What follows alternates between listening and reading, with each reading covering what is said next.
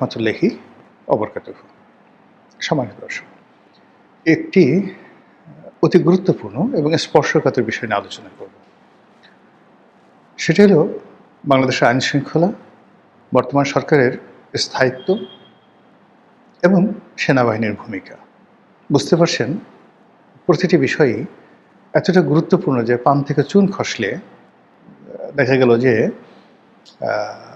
আমাদের দেশে যে চিরাচরিত অবস্থা, যে কোনো একটা দ্বন্দ্ব ফ্যাসাদ, বিবাদ, বিসংবাদ তৈরি হয়ে যেতে পারে। আর আমাদের দেশের সেনাবাহিনী নিয়ে, বিচার বিভাগ নিয়ে কথা বলা খুবই যন্ত্রণার একটা বিষয়। তারপর এর কারণ হলো বিচার বিভাগ এবং সেনাবাহিনী যদি আপনাকে টার্গেট করে ফেলে, বিচার বিভাগ বলে যে আপনি অবমাননা করেছেন, সেনাবাহিনী আপনাকে ধরে নিয়ে ডিজিএফআই অফিসে নিয়ে আপনাকে জিজ্ঞাসা করলো, একটা কথাবার্তা বললো, কেউ আপনি কোনো সাহায্যকারী খুঁজে পাবেন না, আল্লাহ ছাড়া তখন আপনার আর কেউ থাকবে না। এই জন্য মানুষজনকে এই বিষয়গুলো নিয়ে কখনো কথা বলেন, অথচ এই বিষয়গুলো নিয়ে কিন্তু আসলে খোলামেলা কথা বলা উচিত, অবশ্যই শালীনতা রেখে এবং অবশ্যই যৌক্তিকভাবে, যাতে করে এই দুটো প্রতিষ্ঠানের কোনো ক্ষতি না হয়। দ্বিতীয়ত, আমাদের দেশের বেশিরভাগ মানুষ ক্ষমতাধরদেরকে তোয়াজ তদবির করে। এই কদিন আগে ডক্টর মোহাম্মদ ইউনূসের, যাকে বলে জুতো টানার জন্য মানুষের অভাব ছিল না, এখন তাকে গালাগালি করে তার 14 গোষ্ঠী উদ্ধার করে, বাংলাদেশে একসময় ইউনূস নামে কোনো একটা লোক ছিল, এটা এখন মনেই হচ্ছে না, বা তিনি কি জীবিত না মৃত এটা বোঝা যাচ্ছে না। তো সেই ক্ষেত্রে এই তারেক রহমান সাহেবকে কেন্দ্র করে কয়দিন আগে যারা আজে বাজে কথাবার্তা বলতো, ভীষণ রকম আজে বাজে কথা বলতো, এখন সেই সমস্ত মানুষ এত বড় দরবেশ সেজে গেছে, তারা এখন তারেক রহমান সাহেবকে আব্বা ডাকেন, বাপ ডাকেন।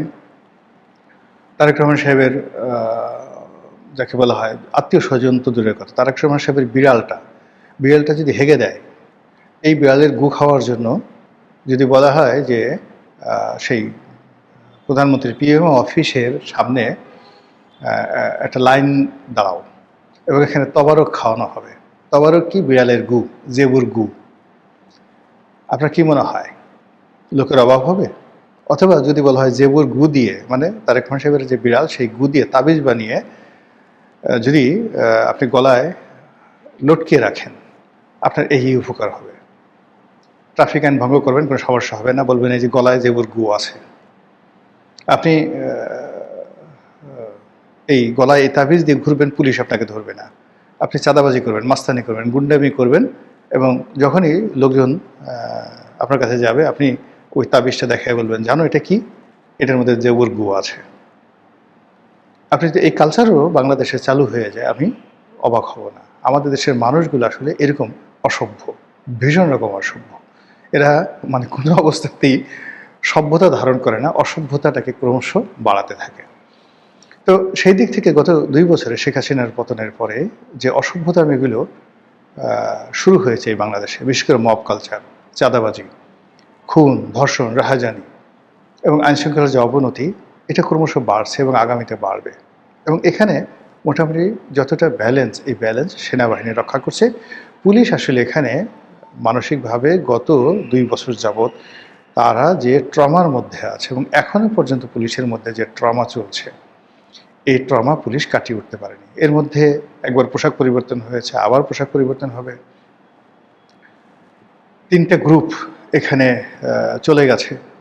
শেখ হাসিনার গ্রুপ চলে গেছে, ছাত্রলীগের গ্রুপ চলে গেছে, ইউনূসের গ্রুপ চলে গেছে, জামাতের গ্রুপ চলে গেছে। 3টে গ্রুপ চলে গেছে। এখন নতুন করে বিএনপির গ্রুপ দাপট দেখাচ্ছে। আর ডক্টর মোহাম্মদ ইউনূস, জামাত এবং আওয়ামী লীগের যে লোকগুলো চিহ্নিত ছিল তারা গেছে, আর যারা চিহ্নিত হয়নি তারা গুপ্ত হয়ে একদম চুপচাপ বসে আছে। এরা কোনো কাজ করছে না এবং কোনো কাজ করবে না। ফলে পুলিশ দিয়ে আমাদের এই অবস্থার উন্নতি হবে না। এবং এই কারণে কি হলো, হঠাৎ করে যখন এই সেনাবাহিনী জুন মাসে মাঠ থেকে চলে যাবে, তখন সরকারের অবস্থায় কি হবে, এই বিষয়গুলো নিয়ে আলাপ আলোচনা হচ্ছে। প্রথমত, সেনাবাহিনী হঠাৎ করে এখান থেকে সরিয়ে নেওয়ার কথা আসলো কেন? এখানে সরকারের সাথে সেনাবাহিনীর সঙ্গে কোনো দূরত্ব তৈরি হয়েছে, বা সরকারের মধ্যে কোনো ইগো তৈরি হয়েছে? এই কারণ হলো, কিছু মানুষ আছে যারা বলার চেষ্টা করছেন, ডক্টর মোহাম্মদ ইউনূস যেভাবে একটা সেনা সমর্থিত সরকার ছিল, সেনাবাহিনী মাঠ থেকে সরে গেলে ডক্টর ইউনূস 1 মিনিট টিকতে পারতো না। একইভাবে তারেক রহমান সাহেবের সরকারও সেনা সমর্থিত সরকার, কাজেই সেনাবাহিনী যদি না থাকে তারেক রহমান সাহেব টিকবে না। এই বদনাম থেকে নিজেদেরকে রক্ষা করার জন্য, নিজেদের বীরত্ব দেখানোর জন্য সেনাবাহিনী ব্যারাকে ফেরত পাঠানো হতে পারে। 1 নম্বর হলো যে নির্বাচনের আগে ইউনূস জামানাতে জেনারেল ওয়াকারুজ্জামান বেশ স্পষ্ট করে বলেছিলেন যে আমরা মাঠে থাকতে চাচ্ছি না, যত দ্রুত সম্ভব একটি নির্বাচন হবে, নির্বাচন দিয়ে আমরা আমাদের কর্মস্থলে ব্যারাকে ফিরে যাব। সেই কারণে এটা একটা শিডিউল, তাদের যে নর্মাল শিডিউল বা তারা যেভাবে আগে কথা দিয়েছিল ঠিক সেই কারণে হতে পারে।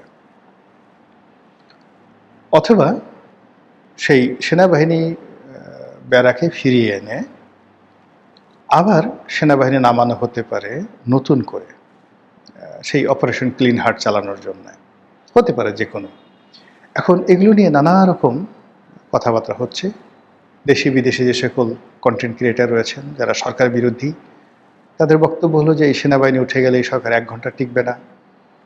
আবার যারা প্রো গভর্নমেন্ট সরকারের পক্ষে লোক, তাদের বক্তব্য হলো যে এই সরকার তো সেনাবাহিনীর হাত ধরে ক্ষমতা আসেনি, এ সরকার তো সেনাবাহিনীর নির্ভরশীল নয়, তার একটা বিশাল কর্মী বাহিনী রয়েছে। সারা বাংলাদেশে বিএনপির প্রায় 6 কোটি লোক বিএনপি করে, এর মধ্যে সক্ষম ভোটার নেতাকর্মী মিলিয়ে নট লেস দ্যান যারা লাঠি হাতে নিতে পারে এদের সংখ্যা 1 কোটির উপরে। তো সেই 1 কোটি লোকের যিনি নেতা তিনি এখন উজিরে আজম।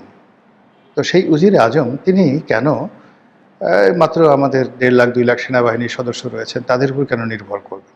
এটা তো হয় না। এই কথাবার্তা চলছে। আর এরই মধ্যে সেনা প্রত্যাহার যদি শুরু হয়ে যায়, যেটা স্বরাষ্ট্রমন্ত্রী বলেছেন জুন মাস থেকে পর্যায়ক্রমে তোলা হবে। এখন পর্যায়ক্রমে বলতে উপজেলাগুলোতে যে সেনাবাহিনী আছে সেগুলো জেলাতে আসতে পারে, আবার জেলা থেকে যে সকল সেনাবাহিনী আছে সেগুলো বিভাগীয় পর্যায়ে আসতে পারে এবং পরবর্তীতে পর্যায়ক্রমে বিভাগ থেকে একেবারে ক্যান্টনমেন্টে ফিরতে পারে বা স্ব যে এরিয়া রয়েছে সেই এরিয়াতে ফিরতে পারে, হোয়াট এভার মেবি। কিন্তু বাস্তবতা হলো মাঠের যে আইন শৃঙ্খলা এটা ভালো না। 2 নম্বর হলো যে সেনাবাহিনীকে ভয় পায় জনগণ এখন। তো সেনাবাহিনীর উপস্থিতির কারণে রাজনীতির যে হানাহানি মারামারি কাটাকাটি অন্তত ধরুন 98% এটা বন্ধ আছে।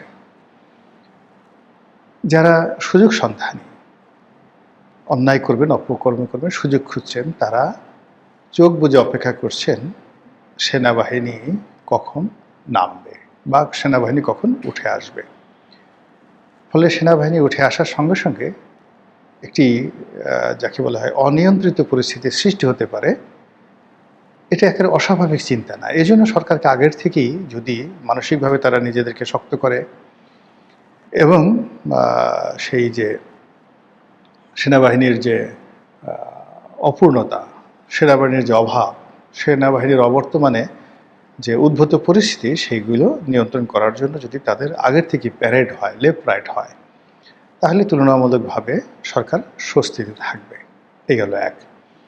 কিন্তু রাতারাতি যদি সেনাবাহিনী উঠে আসার পর আইনশৃঙ্খলার অবনতি হয় তাহলে সরকার বিপদে পড়বে। আবার সেই আইনশৃঙ্খলা দমনের জন্য সেনাবাহিনীকে যদি মাঠে নামানো হয় তখন এই যে এখনকার সেনাবাহিনী যেভাবে পাবলিক ওরিয়েন্টেড হয়ে গেছে, প্রো পাবলিক হয়ে গেছে, বা সেনাবাহিনীর যে সকল জেনারেল রয়েছেন তাদের অনেকেরই আওয়ামী লীগের জমানাতে কাজ করার কারণে তাদের একটা মোরাল দুর্বলতা ছিল। কিন্তু এই রাজনৈতিক সরকারের আমলে তারা যখন দ্বিতীয়বার বের হবে, তো এখন তারা আছে semi Awami League, semi doctor Yunus, তারপরে সেমি ওয়াকারুজ্জামান, এরকম একটা মনোভাব নিয়ে আছে। কিন্তু তারা যখন অপারেশন ক্লিন হার্ট বা দ্বিতীয়বার বিএনপির সরকারের হুকুমে তারা রাস্তায় বের হবে তখন সেখানে ক্যাজুয়ালিটি, ক্ষয়ক্ষতির পরিমাণ হবে অনেক অনেক বেশি। এবং সেটা যে আগের যে আমরা অপারেশন ক্লিন হার্ট, সেই ক্লিন হার্টের